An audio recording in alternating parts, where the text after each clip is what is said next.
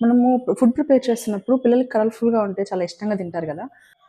మనం synthetic colours ఏం use చేయకుండా నేనైతే ఇంట్లో నేచురల్‌గా కొన్ని కలర్స్ అనేవి ఫుడ్‌కి యాడ్ చేస్తూ ఉంటాననమాట. సో, అందులో వచ్చేసి ఫస్ట్ వన్ బీట్రూట్ పౌడర్. లో గానీ, ఇడ్లీలో గానీ, చపాతీలో గానీ నెక్స్ట్ వచ్చేసి ఇది పాలక్ పేస్ట్. పాలకూర ఉంటుంది గదా! పాలకూర మంచిగా ఉడకబెట్టేసి దాన్ని మనం మిక్సీలో ఏస్తే ఇలా అయిపోతుందనమాట. దీన్ని మనం అప్పుడు 10 డేస్ వరకు ఫ్రిడ్జ్‌లో స్టోర్ చేసుకోవచ్చు. థర్డ్ వన్ వచ్చేసి బటర్ నాకు వీటి నోరు తిరగట్లేదు.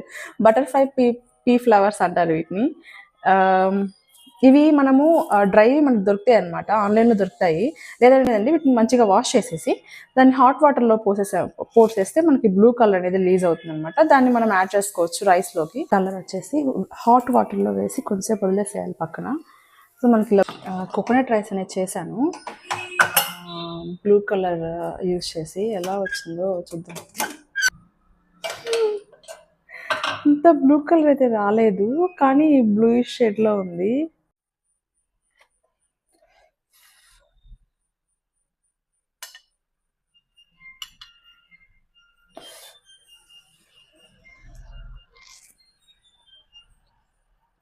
బావుంది.